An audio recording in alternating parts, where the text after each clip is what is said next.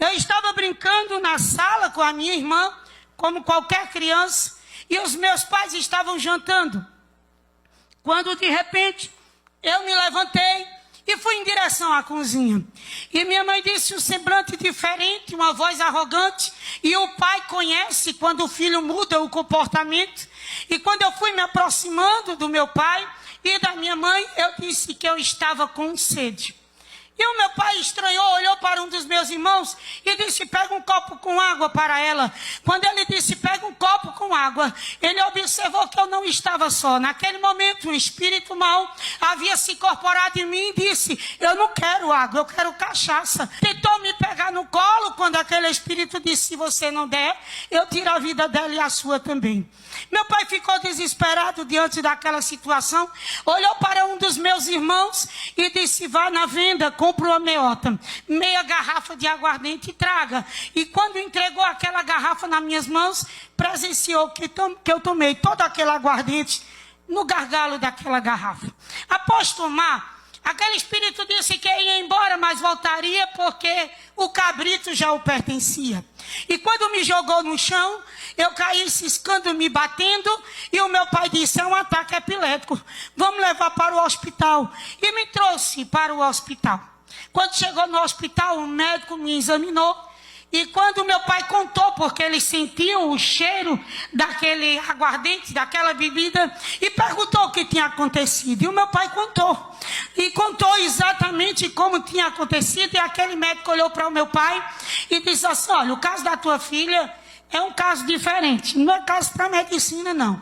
Mas eu vou te ensinar a casa de um rezador na cidade de São Caetano, e tu vai levar lá na casa daquele homem, seu Vicente, e ele vai te dizer o que tu tem que fazer. Assim o fez. Eu costumo dizer que se o meu pai conhecesse Jesus, como nós conhecemos hoje, como sabemos a quem clamar e temos resposta, com certeza o meu pai não teria levado em meio a essa situação. Mas ele não conhecia Jesus, como hoje temos a oportunidade de conhecer.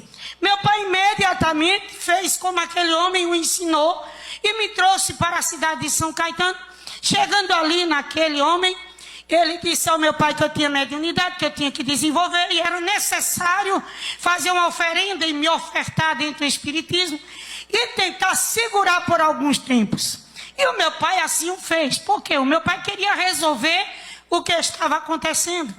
E quando aquele homem pediu várias coisas, e pela primeira vez me ofertou e me trouxe para casa. De 2 anos e 8 meses, até os 7 anos de idade, o meu comportamento era diferente da minha irmã. Eu era uma criança mais agressiva e impulsiva. E a minha mãe foi me cuidando de mim até os 7 anos.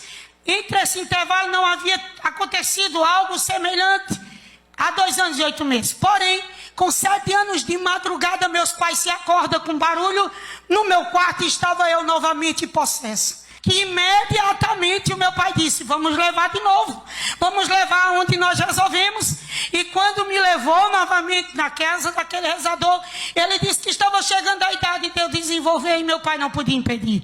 E o meu pai disse, olha, faça qualquer negócio, faça algum trabalho, o que você fez, me diga o que eu tenho que comprar, mas resolva essa situação para mim. E pela segunda vez, meu pai comprou tudo o que eles tinham pedido e me ofertou em uma cachoeira de Mata Virgem, me ofertou com aquelas obrigações todas, e após terminar, trouxe-me para casa de 7 anos aos 9 anos de idade. Com 9 anos de idade, numa segunda-feira de carnaval, eu estava brincando na calçada com a minha irmã, como toda criança brincando também. De repente a minha mãe já estava entardecendo, minha mãe disse, entre, vá tomar banho, já é hora de tomar banho. E quando eu entrei no banheiro, que eu abri o chuveiro, eu caí. Aí eu não conseguia ficar de pé. E comecei a gritar pela minha mãe, que me tirou nos braços. E quando chamou o meu pai, imediatamente, novamente, leva-me para o hospital para saber por que eu estava sem andar. E quando chega ali, o médico dá aquele paliativo, olha e diz assim, olha, aqui não mostra nenhuma, nem que ela quebrou alguma coisa, nada. Mas veja bem, disse ele para o meu pai, leva ela para casa, dê essa medicação. Quando passar esse período, porque tinha acontecido uma confusão grande na cidade e o hospital estava tendo muitos familiares chegando, estava um tumulto muito grande. E ele disse, leve ela para casa. Se ela não voltar a andar, o senhor vai trazer, nós vamos fazer os exames e vamos tentar descobrir. Só a terça-feira de carnaval, quarta-feira de cinza, nada de eu voltar a andar. E meu pai agora me leva para Belo Jardim, comecei a fazer radiografias, vários exames, e os exames diziam que eu não tinha nada.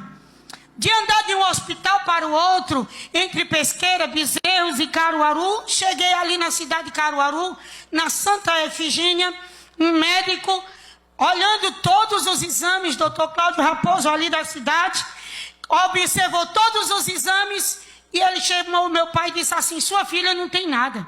E o meu pai olhou para ele e disse, mas ela está sem andar faz 2 meses e ninguém descobre nada. E ele disse, me conta o que aconteceu.